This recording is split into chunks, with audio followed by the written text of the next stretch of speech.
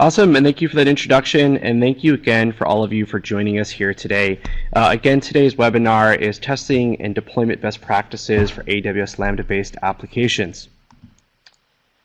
My name is Chris Muntz. I'm currently a principal and the lead developer advocate for Serverless here at AWS. I have been at AWS for a little shy of 7 years now across a number of different roles, and now I run the Serverless developer advocacy team here, covering services such as Lambda, API Gateway, step functions, and a number of other services that make up the overall serverless portfolio. So why are we here today?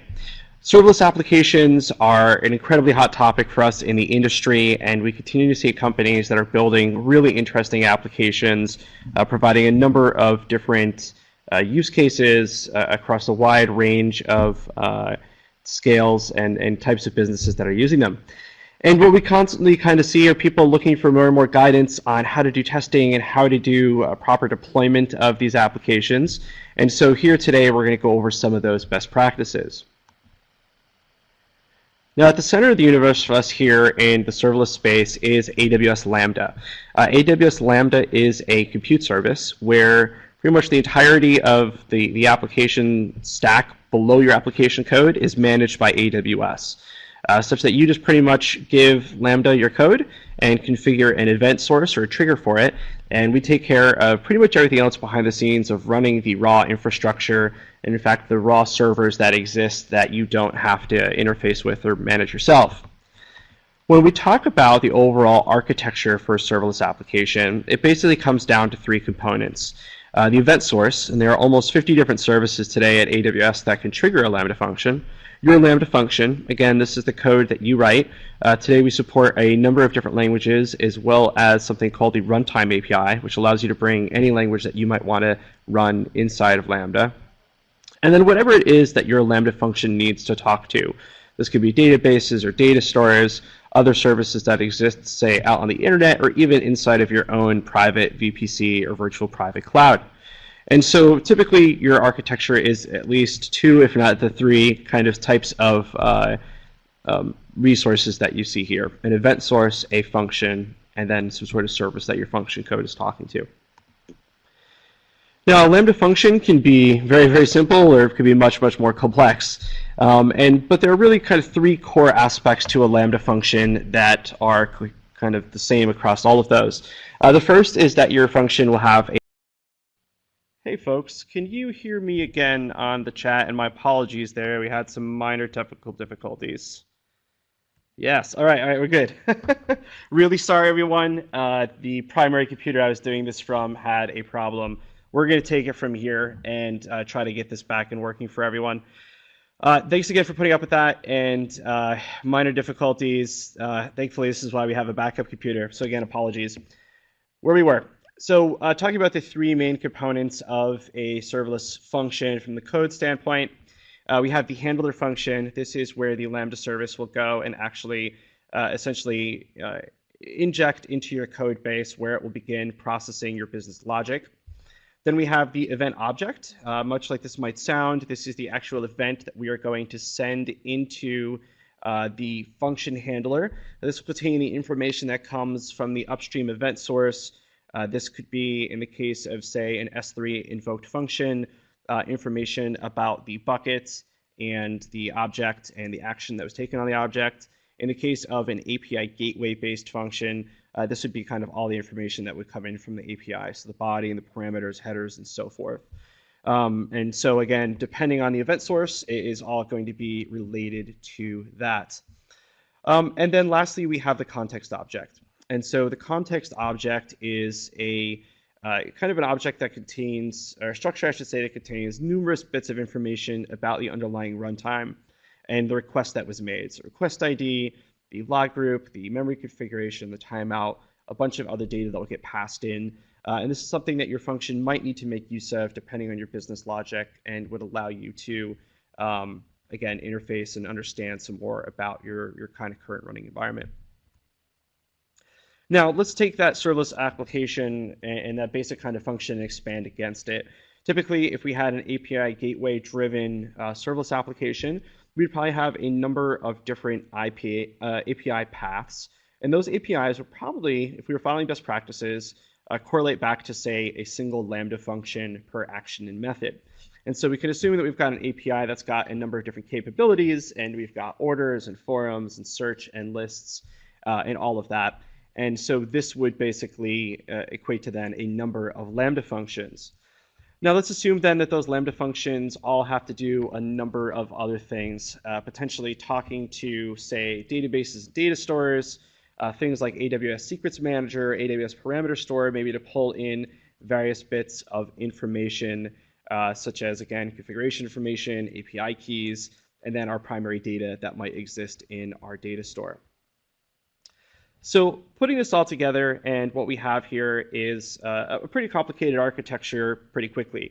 Again, we've got our API gateway, we've got some number of Lambda functions, and then we've got those Lambda functions all potentially needing to talk to databases and the data stores and all of that.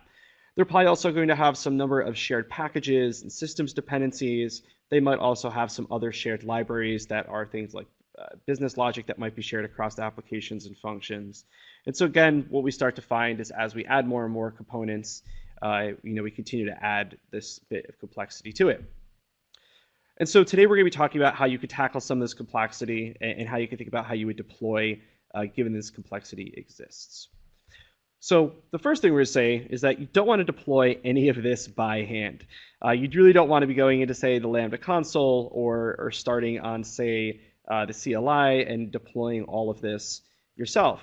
Now, there exist across the industry today a number of frameworks, both third-party and first-party, so those that are from AWS and those that come from other companies. They range and differ depending on, say, things like different languages that you might be using. Some of them specialize alongside of different use cases. For example, some have plugins for, say, chatbots and other specific things. But beyond that, they all do a lot to help simplify the work that is involved in deploying and managing these applications. So the first we're going to talk about, and the one we're going to focus on primarily today, is AWS SAM. Now, as AWS SAM, as you might imagine, is a tool that comes from us here at AWS. What SAM actually stands for is the Serverless Application Model. And what this is, and it is an extension built on top of CloudFormation that allows you to be able to simplify the work involved in building and deploying your functions and the surrounding infrastructure. Now, it's built on top of CloudFormation, which means that you can actually utilize almost all the capabilities of CloudFormation inside of it. And we'll see some examples of this here a little bit later in this presentation. You can find out everything about SAM at aws.amazon.com/serverless/SAM. And so again, the first part of this is the template engine that allows you to automate and simplify deployment of applications. We have a number of webinars and things that you can follow to learn more about SAM. We are going to talk about it quite a bit here today, but we're not going to go in a ton of depth on how SAM works and what it is. Now, a counterpart to SAM, another part of kind of the two parts that make it up today, are the AWS SAM CLI. So what the CLI does is it allows you to have a number of capabilities. It allows you to start and create a new application.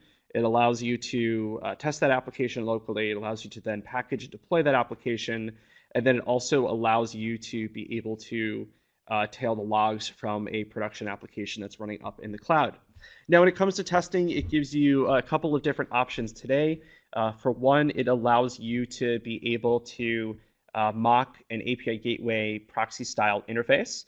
This basically gives you a port that you can throw a request at. It also gives you the ability to mock the actual Lambda API service, or the Lambda service API, I should say, and that is what applications can talk to directly if they need to. It also gives you the ability to just throw a JSON event structure at the SAM CLI, and it will fire up the function and execute the code. Now, what makes all this possible is that it actually takes your code, it looks at your SAM template, it bundles all of that into a Docker image running locally on your workstation, and then executes all of that inside of there. And so you can run this on Mac, on Windows, on Linux, really anywhere that you can execute Python today. And Docker, it gives you the ability to do that. And again, you could find out all about this in aws.amazon.com/serverless/SAM. Now, again, when it comes to testing, there's kind of some key commands. And the way that the AWS SAM CLI is structured is that there's sometimes a tiering, if you will, of these commands. And so the first command here is local, and then from local you have 4 different options. Generate event, much like the name sounds, will actually generate a mock event JSON structure, and you can pass the service that you want it to generate that from. And that will give you the JSON payload that you can then go and update and modify in line with what your application needs to do. Invoke, as it says here, will then basically allow you to, with a passed in JSON event, invoke the function once and execute it against that event structure. Start API, as I mentioned previously, will actually start the Lambda service API locally running such that you can point your application code at that. Or sorry, Start API will actually start up the API gateway endpoint. Start Lambda will start the service API. And again, you can find out all about this on AWS at amazon.com/serverless/SAM. This included links to the code repositories for both of these 2 parts of the project, which are both open source, the full definition to the SAM spec and all the various attributes. And again, that's a little too much for us to be able to go into today, given our time. Awesome. So with that, we're going to go to a demo here. Okay. So we are going here to, and let me minimize that window down. Cool. So hopefully everyone here is seeing my, my console. What I've done here is I've actually gone into Cloud9. So Cloud9 is Amazon's IDE, cloud-based IDE. And it gives me a full development environment without me having to do any work. So as we see here, it's given me a command line access. And actually what this is doing is this is running inside of an EC2 environment. And from this environment, I have access to all sorts of tools. So I do have the AWS SAM CLI installed. I can see that. I have all sorts of tools like Git and the regular AWS CLI and all of that stuff running here locally. Now what I'm going to do is pull down a demo package. So let me actually cheat a little bit here. And sorry, one second here. So I'm going to clone down a repository. This repository has some pretty basic things in it. If I come over here on the side and expand this out, you'll see, minus the Git stuff here, there's basically just 3 files to this. I have an application file, a requirements.txt, and a template file. Now, the template file is the actual SAM template, so it's got a couple of different sections to it, which we'll talk a little bit further about here today. The main thing that's most interesting to me is the main resource that I have here called param fetcher. And what it does is it tells me where my handler is located. It gives me policies, so the policies that my function will need to interface with different resources. It then has an event structure below here, so I see a single event of type API, and it's for the HTTP method get, and then for the root of the URI. And then I have outputs at the bottom here. These are basically the results of what will come from this function, or from this stack being created. And at the top, we have something called globals, which we'll talk a little bit about here later. We also then see the requirements.txt, which are here. And the requirements.txt standard for a Python application includes the various other libraries and dependencies that I'll want to package. Now, when it comes to my actual application, this application is pretty straightforward. Basically, what it does is it goes into AWS parameter store, and inside of a path called messages, it basically then goes and recursively gets all of the messages that exist. And so it will pull that out, and if we come all the way down here to my handler, which is also pretty straightforward, all it's going to do is spit that back out for me. So it's going to dump the messages out into a JSON structure and send back a status code 200, which is what my API gateway is going to expect. Now, from this directory, if I run SAM build, it will go and basically execute on my behalf the commands necessary to install the dependencies for this application. And so it notices that this is a Python application. It notices that there is a requirements.txt file, and then it will actually then go and find the requirements.txt and run the pip command on my behalf. Now what it's done on the side here is it's created another directory, .aws-sam, inside of that build, and then inside of here a directory called param fetcher. Inside of here I could see all of the dependencies that were installed, and as you can see here, the dependencies that I had some other dependencies themselves. I've got a template file, and I've got my application file. And so I am all good from this point to use this application. So let's go ahead and take it locally. And I will go into the build directory. I will then execute SAM local start dash API.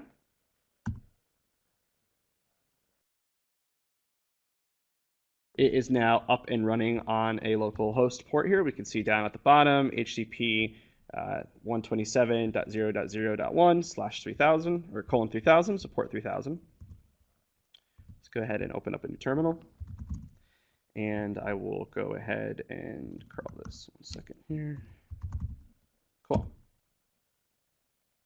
Okay, so this code is again actually talking out to parameter store, and it pulls in this single parameter. And we can see here that the current parameter that I have says webinar, it says hello world. If I go up to the parameter store console, I can see this parameter exists. Let's create one more parameter, and we'll put it in the same path. So /messages/today. And the value will be today's date. So it's March 18, 2019. And this will just be saved as a string. All right, so we'll create this parameter. That exists. We can go back to my console. I can execute my curl again. And now I see my two parameters. And so this is a really basic, simple example here. Now this is running, again, on a local network port, and I can throw HTTP requests at it. If I come back over here to the terminal window that I have where I started up the local interface, I can actually see a bunch of different output from this that would look just like the output that I would see inside of the Lambda service itself. And so I do spit out the output. Looks like I'm getting an error from something in here that I'll have to dig into later. But here this is all working, and so we are all set. Let me open up another terminal window here. And what I'd like to now do is deploy this. So let me go into param getter. And we will do a SAM package. And so SAM package is going to take up my code in my application and zip it up. And then I am going to do a SAM deploy. And I have done this in the past with another application stack off of this IDE. So I will give this a new name. We'll call this param fetcher.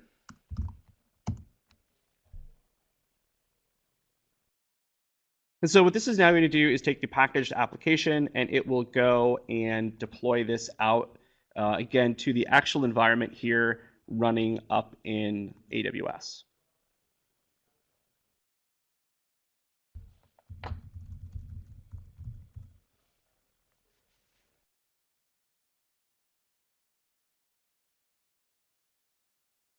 It'll take just a moment or two, and then it will get up and running.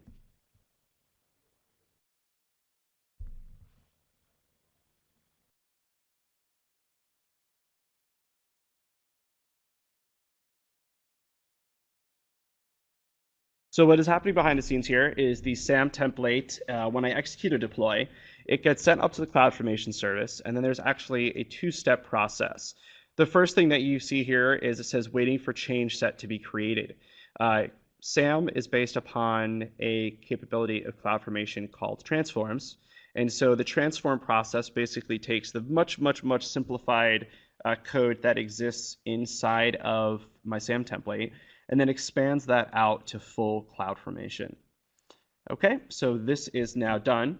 And so what we can do is we can actually go back into the console. We can go to the Lambda service.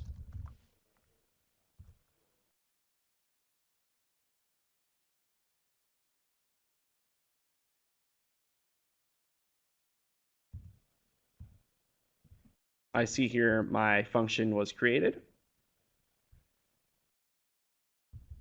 And I can go down and find all sorts of information about this.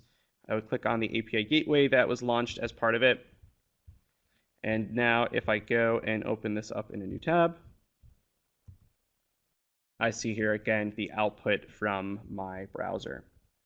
And so same output that I saw inside of the console before in my terminal window.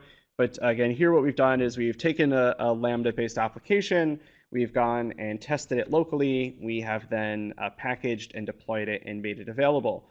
Now, what I could have done, again, back here in my console window is done a lot more testing. I could have, if this was a much more complex application, run a whole bunch of, tests on the API and unit tests and things like that. But wanted to give you here a feel for what it's like to deploy applications with SAM. Okay, so let's go back now to the slides.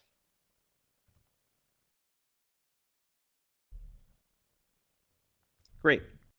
Okay, awesome. So let's go back to Lambda and talk about some of the capabilities that we have here for Lambda that you could use to make this deployment even easier and better.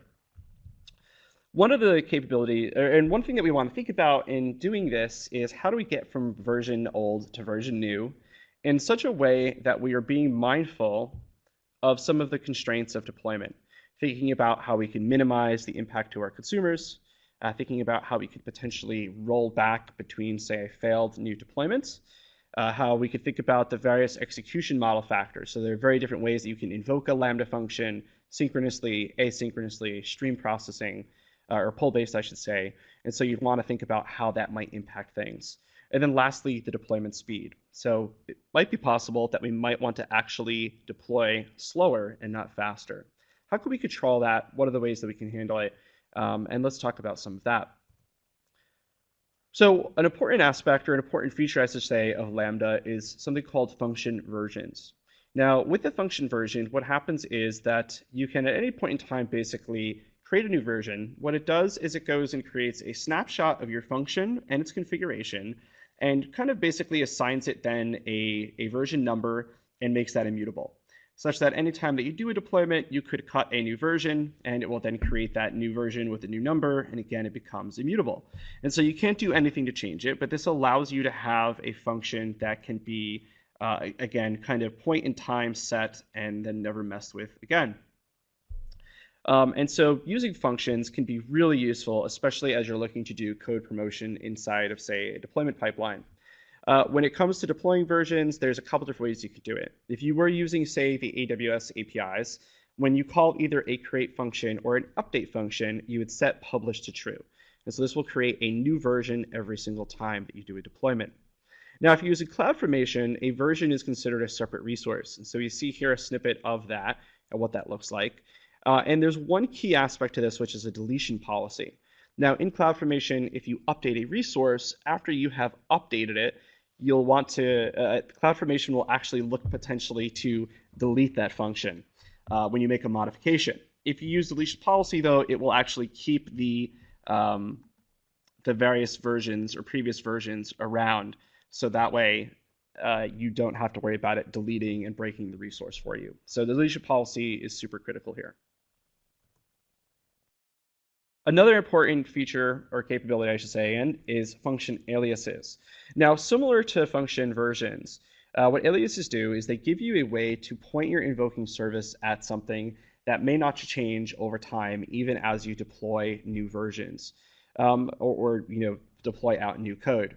And so in this case, you could take an alias and you deployed it at a version, and this version could be latest if you wanted to, but realistically, you want to put it at one of the versions that you have deployed beyond latest. And an alias will give you a unique ARN. That ARN remains, again, a static pointer to the version that has been configured for. But unlike versions, you can modify aliases. And so you could take an alias pointing at, say, my function version 3, and then point it to version 4, and then point it to version 5, and so forth. And so that is something that you can then update and change over time. So if you want to do this, again, with the command line tools, it's a separate command for each of them because it is a unique resource. Either create alias or update alias. And then in CloudFormation, it again is a separate resource. In this case, deletion policy isn't applicable to this resource, but you can see here how if I were to update, say, the function version to a different number, then it would point that alias to that as well. And now we recommend throughout the documentation that you use versions and aliases. However, this is something that I often find in talking to customers that they don't do as much of this as they should. And again, these function aliases and versions will allow you to deploy code out potentially without impacting a running function or a function that's currently, say, tied to an invocation source. And so looking and using versions and aliases is, again, super, super key and something that we heavily recommend. Now let's take this just a little bit further here. In Amazon API Gateway, which is a managed API hosting service, which we saw before I configured via my SAM template, there is a concept called stage variables. And now stage variables act essentially as environment variables, such that they are a key value pair that is made available to your downstream backend services. So it can get passed down to, for example, a Lambda function or an HTTP endpoint behind the scenes. And this gives you a bit of flexibility in how you can configure your API gateways. And so one thing that we can do is we can combine stage variables and then Lambda aliases and versions. And so what we see here under my Lambda function heading is I have a number of versions that I have deployed, in this case, 8 versions. I then have 3 aliases that are configured to existing versions. So prod is currently an alias that is tied to version 3, beta is an alias tied to version 6, and so on. On my API gateway side, I have a stage variable called Lambda alias, such that the alias, as it is configured, will tie back to, such that the stage variable, as is configured, will tie back to a Lambda alias. And this allows me to have separate environments inside of my API configuration that can more seamlessly tie back to the various versions of my Lambda function. And then you could imagine that if I wanted to promote, say, version 6 of my Lambda function up to production, all I have to do is update the alias link to point to 6. Now, one of the things that you have to be really cautious about is that when you do that change and when you do update it from version, say, 3 to version 6, as soon as you change that alias, then all of the invocations back to this Lambda function will go to that new version. And so you want to assume at this point that you have done testing and that your function and its configuration code is proper and accurate, but mistakes can happen. And so one thing that we announced, or one capability of aliases that's actually now about 1.5 years old, is something called alias traffic shifting. And so what we could do with alias traffic shifting is we have the ability to say, point a certain percentage of traffic to a new alias version.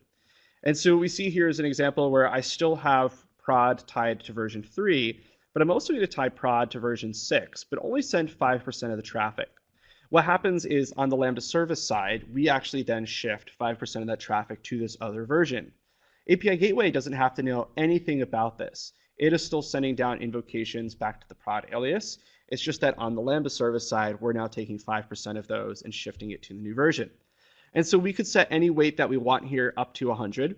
And we can also set the weight to be 0, in which case it would set no traffic.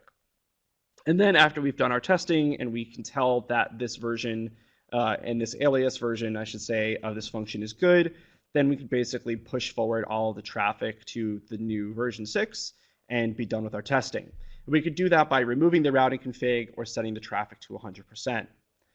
So that's pretty straightforward, but we want to take it one step further and make it easy to automate this. And so in AWS SAM, we have a concept called safe deployments. Now, the safe deployment section you kind of see here below this line, auto publish alias, and we're going to go into a little bit of depth here about how this works. So there's 2 main aspects to doing alias traffic shifting with SAM that enable safe deployments. The first is this attribute that you see here called auto publish alias. And so when you specify auto publish alias and you set it to a named value inside of your template, this basically means that on every single deploy, we are going to create a new version for you and also then point an alias to that version. And we'll do that automatically for you. Under the deployment preference type, what this does is it basically helps to configure traffic shifting for you in an automated way. And so we see 3 different types of deployment preferences here. All at once, which should be hopefully pretty explanatory. It will automatically shift all the traffic. But then canary and linear. And so with the canary, we see a couple of different preset options here. For example, canary 10%, 30 minutes. What this means is that it will shift 10% of the traffic to the new version of my Lambda function for 30 minutes. After that is done, if it has completed that time successfully, then it will shift over the remaining 90%.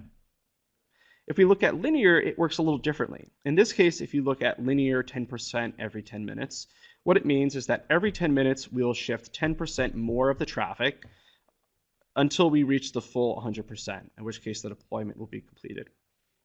And so there are various different reasons why you might want to choose one of these or the other.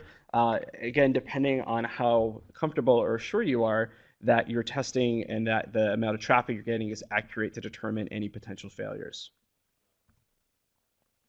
There's a second part to this, which I think is maybe the most useful part overall, which is the fact that we give you the ability to roll back in case something goes wrong. And so you could specify up to 10 different CloudWatch alarms, which we see here referenced under the alarms section, that if any of those alarms trip during the deployment, it will automatically roll back for you. Automated rollbacks is actually a key aspect of how we here at AWS and Amazon think about handling deployment failures. First thing you want to do is roll back, get back to a steady state, and then investigate what went wrong. And so in this case, again, up to 10 alarms. These could be alarms on errors. This could be alarms on latency. It could be alarms on things like iterator state for the pull-based services. There's a number of different things that you could potentially alarm on. The second thing that you'll see here are hooks. And so we have a hook that gets executed before traffic and a hook that gets executed after traffic. And this is basically a before and after the traffic goes to the new version of your code. And so you could use these to execute Lambda functions against the version yourself. You could use these to say update a change management system, post a message in Slack, send an email to the team.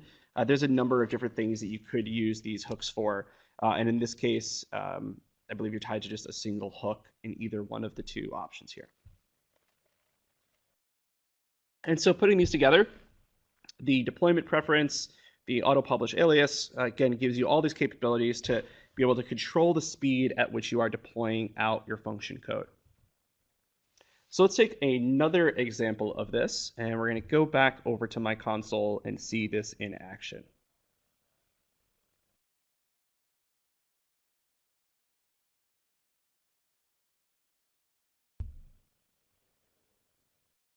Okay, great.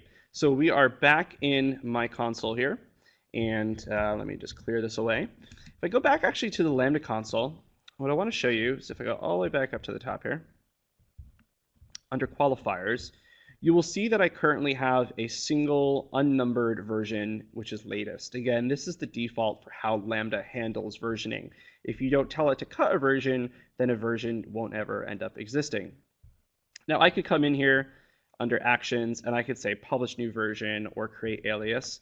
But since I deployed this with SAM, let me actually go back to SAM and do that myself. So let me back out of the directory that I'm in.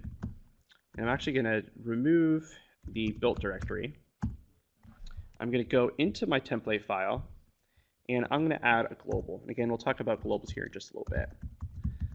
So auto-publish alias, oops, and I will call this alias webinar. And save this. Great. Okay, so now all that I need to do is do a SAM build again. And it is going to pull in all of my dependencies.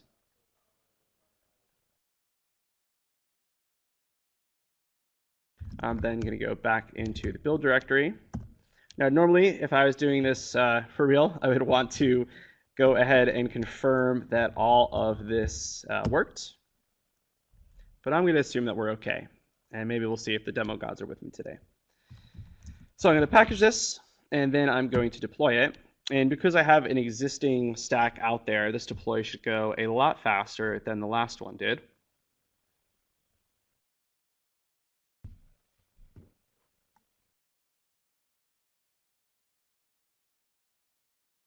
Give it just another moment or two. Again, it's creating a change set. It is then executing that change set. In this case, it's going to see that all that has changed is my function configuration. But in this case, I'm now adding an alias. So it also has to update my API gateway configuration. So it's got two actions here really to take, update function, and then an update to my API gateway.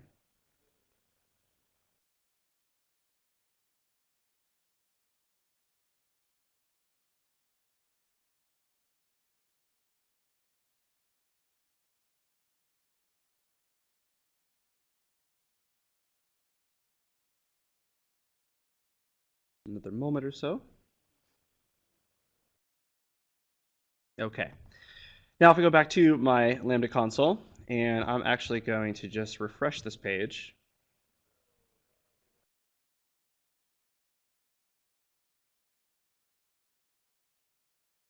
Cool. If I click on qualifiers, I see that I now have two different versions, and I also have a version that has an alias. So where the previous one said unqualified, this one now says the alias is set to webinar, the version is set to 1.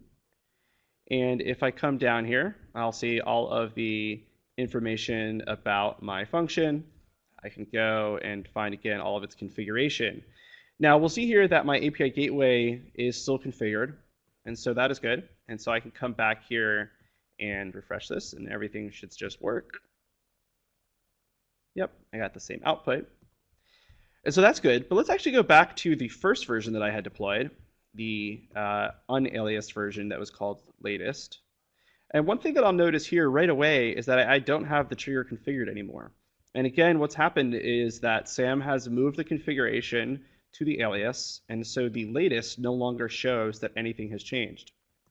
I could go and make modifications to this. I could change the function code. I can do all sorts of things, and it wouldn't end up making any difference to this.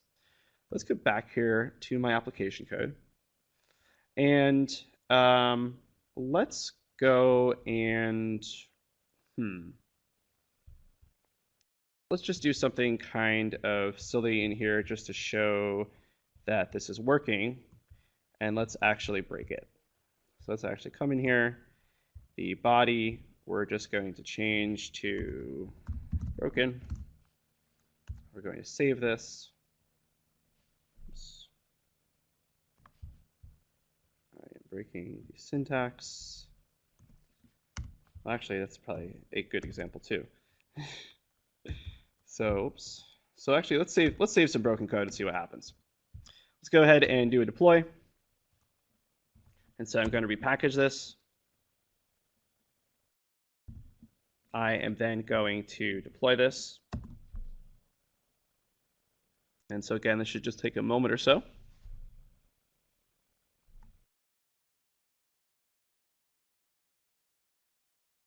Okay, so that is been deployed. It's just done a function deployment here.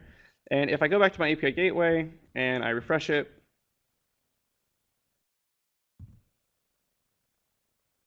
oh, whoops, you know what? I did not do this right. Let me go back, and I have to destroy the build code. 1 second here.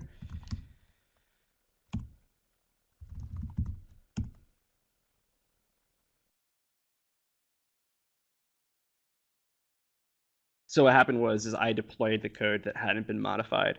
So I'm going to go back. I'm then going to do, again, SAM package. I'm going to do SAM deploy again, and say it's going to update the stack. Again, in this case, all that it's doing is making a code change and updating the alias. It shouldn't have to touch my API gateway configuration or anything like that. And so it should be a pretty quick deployment for this stack, just doing the code update.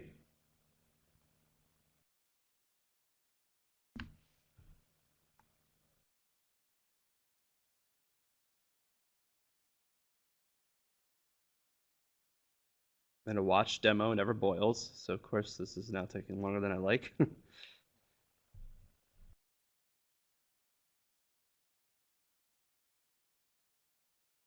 Cool. All right, so that's done. So let me go back to my API gateway and test this up. Oh, and I got an error. And I'd expect an error because I made a silly code error. But if we come back in here and I refresh this,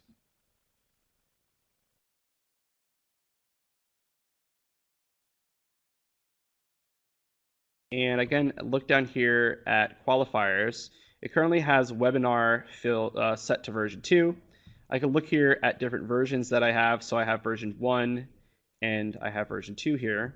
And what I'm going to do is go back to version 1, and I'm going to create an alias for this. And we're going to make the alias webinar, and I'm going to point it at version 1 and say create. Oops, let's actually,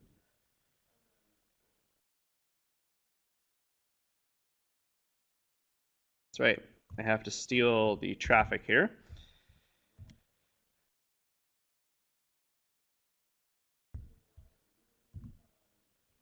All right, 1 second. Let me go to version 2.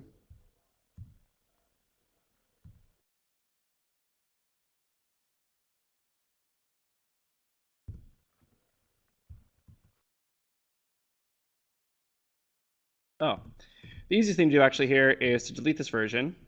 And so let's delete this. That's an alias reference. Okay, never mind. Let me go back to my code. I will go back to my code file here. I will undo my broken mistake. I will then go back and save this. And we'll do a roll forward instead of a roll back. And apologies, folks.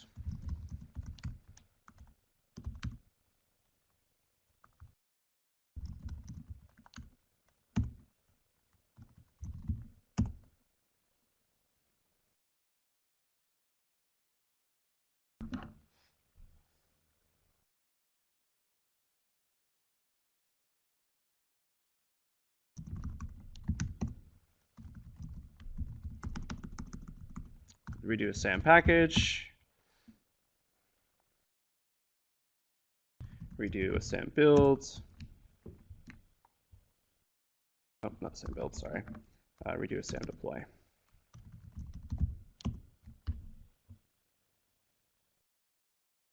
Again, in this case, it's just going to make the code change for me, and so it should be quicker.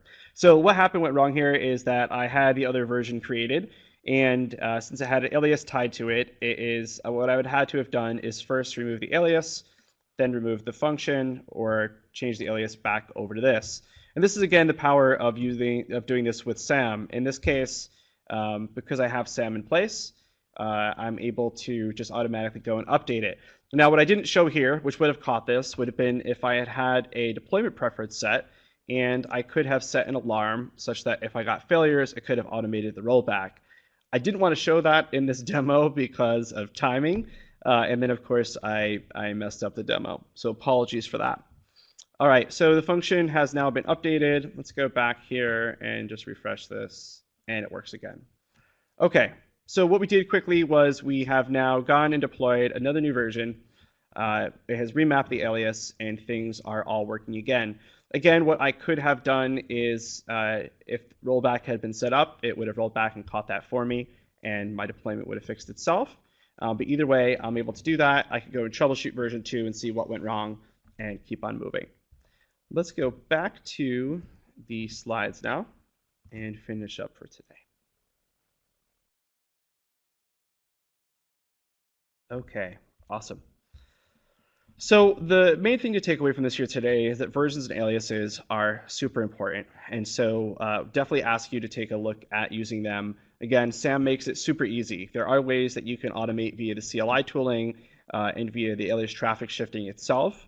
But I find that SAM is the easiest way to do this. Let's talk a little bit further about some of the other aspects here of deploying and how to think about it. And some of this might be pretty straightforward to you, but for some folks, it's always good to kind of hear this again. Configure multiple environments, it should be a pretty straightforward concept. So the idea that you have a separate environment for, say, development, staging, production, testing, whatever you might want to call it. And again, the idea here is to do things like avoid overlapping of resources, the impact that change might have on those resources, and to be able to test and deploy new code as you can. Now, there are a number of different ways you can do this. You can do separate accounts. You could do separate regions. Ideally, though, you're using infrastructure as code tools like SAM or CloudFormation. And then there are other ways to then make those environments more unique. So environment variables, stage variables, and automating things. And that's what we're going to talk about here.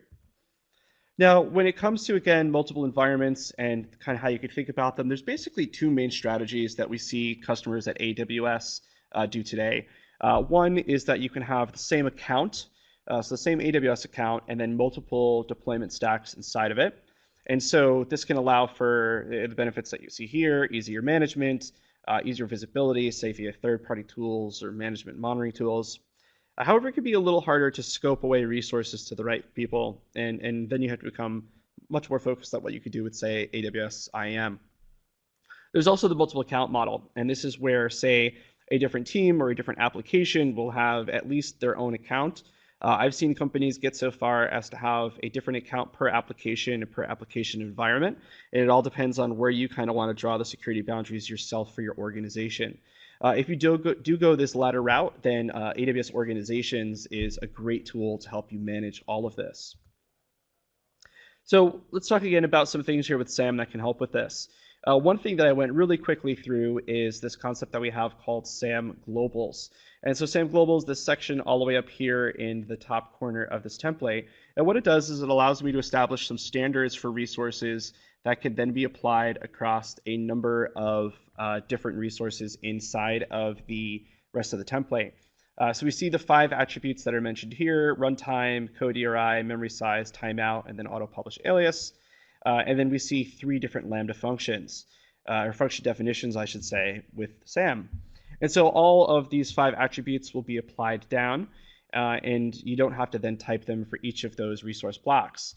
Now, if we look at the getBirds function, which is in the bottom right-hand side, we'll see that it has its own timeout specified as well. In this case, the timeout in the resource overrides the global, and so you do have the flexibility to change these and modify things over time. And again, one of the great things about globals is it just helps even further to reduce the amount of code that you're writing for your infrastructure management. I didn't talk about this earlier, but SAM templates can save sometimes a 5 to 10x on the amount of code that you're writing versus, say, something like CloudFormation. And so it can really streamline down the excess code. Globals allow you to streamline that even further. And these are 5 lines of code that we didn't have to write 3 times over. If we had a really large application, we'd be writing them even more. Another thing, so Lambda has a concept called environment variables. These are key value pairs that you can use to provide information up to your function. This can be stuff such as API keys, database secrets, configuration flags, and other information like that. There's a number of different things that you could use environment variables for. They can be encrypted via AWS Key Management Service, and so you can, again, use these for true secrets if you wanted to.